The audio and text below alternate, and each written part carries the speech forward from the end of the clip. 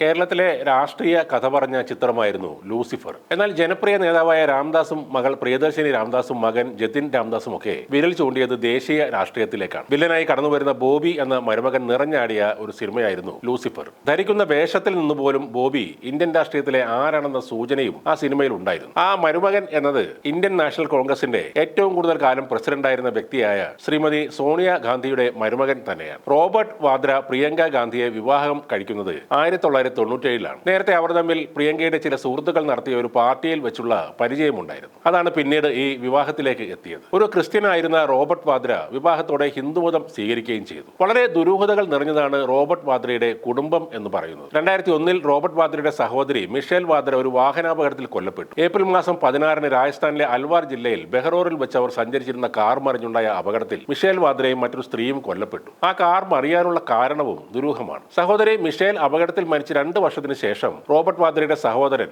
Richard വാദ്രയെ മൊറാദാബാദിലെ ഒരു hotel മുറിയിൽ 2003 September 20-ന് മരിച്ച നിലയിൽ കണ്ടെത്തി. അവിടെയും ദുരൂഹത ഉണ്ടായിരുന്നു. എന്തുകൊണ്ടാണ് റിച്ചാർഡ് വാദ്ര ആത്മഹത്യ ചെയ്തത് എന്നതിനെ കുറിച്ചുള്ള വിശദാംശങ്ങൾ ഇപ്പോഴും ആർക്കും അറിയില്ല. പിന്നീട് 2009-ൽ റോബർട്ട് വാദ്രയുടെ പിതാവായ രാജേന്ദ്ര വാദ്രയെ ന്യൂഡൽഹിയിലെ യൂസഫ് സരായ് ഏരിയയിലെ ഗസ്റ്റ് ഹൌസിൽ മരിച്ച നിലയിൽ കണ്ടെത്തി. അദ്ദേഹത്തിന്റെ കഴുത്തിൽ ഇരുമ്പ് ചരട് കണ്ടെത്തിയതിനെ തുടർന്ന് അദ്ദേഹം ആത്മഹത്യ ചെയ്തതാണെന്ന സൂചനകൾ ലഭിച്ചെങ്കിലും ഇതിനെക്കുറിച്ചുള്ള വിശദാംശങ്ങളും ഇപ്പോഴും ആർക്കും അറിയില്ല. 2002 ജനുവരിയിൽ റോബർട്ട് വാദ്ര തന്റെ പിതാവ് രാജേന്ദ്ര വാദ്രയുമായും സഹോദരൻ റിച്ചാർഡ് വാദ്രയുമായുമുള്ള ബന്ധം വിച്ഛേദിച്ചുകൊണ്ട് പത്രങ്ങളിൽ ഒരു പരസ്യം ചെയ്തിരുന്നു. അവർ പ്രിയങ്കയുമായുള്ള ബന്ധം ദുരുപയോഗം ചെയ്തുകൊണ്ട് തെരഞ്ഞെടുപ്പ് ടിക്കറ്റും ഫ്ളാറ്റുകളും ജോലിയും പണത്തിന് പകരമായി വാഗ്ദാനം ചെയ്തെന്ന് ആരോപിച്ചുകൊണ്ടായിരുന്നു ഇതുണ്ടായത്. ഒന്ന് നോക്കിയാൽ ഇനി വാദ്ര കുടുംബത്തിൽ ആകെ ബാക്കിയുള്ളത് റോബർട്ട് വാദ്രയുടെ അമ്മ മൗറീൻ വാദ്ര മാത്രമാണ്. അവരാണെങ്കിൽ റോബർട്ട് വാദ്രയുടെ കമ്പനിയുടെ സൈലന്റ് പാർട്ണറും കൂടിയാണ്. റോബർട്ട് വാദ്രയുടെ ബിസിനസ് വളർന്നതും പെട്ടെന്നായിരുന്നു. പ്രിയങ്കയുമായി വിവാഹം നടന്ന ഉടനെ, അതായത് 1997-ൽ വാദ്ര ആർടെക്സ് എന്ന പിച്ചള കരകൗശല വസ്തുക്കളും ഫാഷൻ ആക്സസറികളും കൈകാര്യം ചെയ്യുന്ന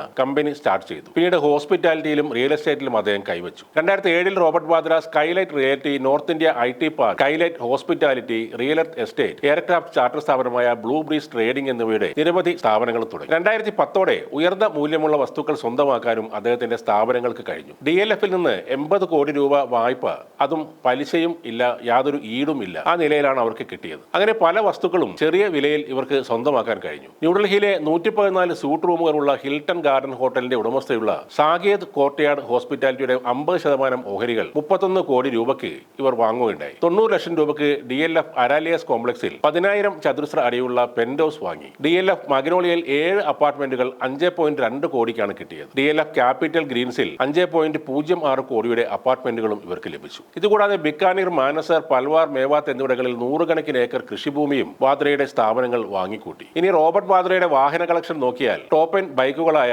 Suzuki Intruder, Suzuki Boulevard, Hayabusa, Harley Davidson, Ducati എന്നിവയൊക്കെയുണ്ട്. കാറുകളിലേക്ക് വന്നാൽ black 500, Mercedes Benz, BMW 7 series, Jaguar, Porsche Panamera, Toyota Land Cruiser, Range Rover, ഇതൊക്കെയാണുള്ളത്. ഇദ്ദേഹത്തിനെതിരെ ഒരുപാട് ആരോപണങ്ങളുമുണ്ട്. 2011 ഒക്ടോബറിൽ അരവിന്ദ് കെജ്രിവാളാണ് റോബർട്ട് വാദ്ര രാഷ്ട്രീയ ആനുകൂല്യങ്ങൾക്ക് പകരമായി DLF ലിമിറ്റിൽ നിന്ന് ഈടില്ലാതെ 56 കോടി രൂപ പലിശ രഹിത വായ്പ എടുത്ത കാര്യം ആരോപിച്ചത്. റോബർട്ട് വാദ്ര, ഹരിയാന മുൻ മുഖ്യമന്ത്രി ഭൂപീന്ദർ സിംഗ് ഹൂഡ, DLF എന്നിവർക്കെതിരെ ഭൂമി ഇടപാടുകൾ CBI അന്വേഷണം നടക്കുന്നുണ്ട്. ഹരിയാനയിലെ അമീപൂർ ഗ്രാമത്തിൽ 2013-ൽ നടന്ന 50 ഏക്കർ ഭൂമി കയ്യേറ്റവുമായി ബന്ധപ്പെട്ടാണിത്. റോബർട്ട് വാദ്രയുടെ സ്കൈലൈറ്റ് ഹോസ്പിറ്റാലിറ്റി ബിക്കാനീറിലെ കോളയാട്ടിൽ പാവപ്പെട്ട ഗ്രാമീണരുടെ പുനരധിവാസത്തിനായുള്ള ഭൂമി കൈക്കലാക്കിയെന്ന് ആരോപിച്ച് 2015 സെപ്റ്റംബറിൽ ED കള്ളപ്പണം വെളുപ്പിക്കൽ പ്രകാരം ഒരു കേസ് രജിസ്റ്റർ ചെയ്തു. ലണ്ടനിൽ സ്ഥലം വാങ്ങിയതിനും അന്വേഷണം നടക്കുന്നുണ്ട്. 1997-ൽ പ്രിയങ്ക ഗാന്ധിയുമായുള്ള വിവാഹ സമയത്ത് വെറും 30 ലക്ഷം മാത്രമാണ് ഇദ്ദേഹത്തിന്റെ ആസ്തി. 2012-ൽ അത് 300 കോടിക്ക് മേലെയായി. ഇപ്പോൾ ഏതാണ്ട് 15,000 കോടിക്ക് മേലെ ആസ്തി വരുമെന്നാണ് കണക്കുകൾ.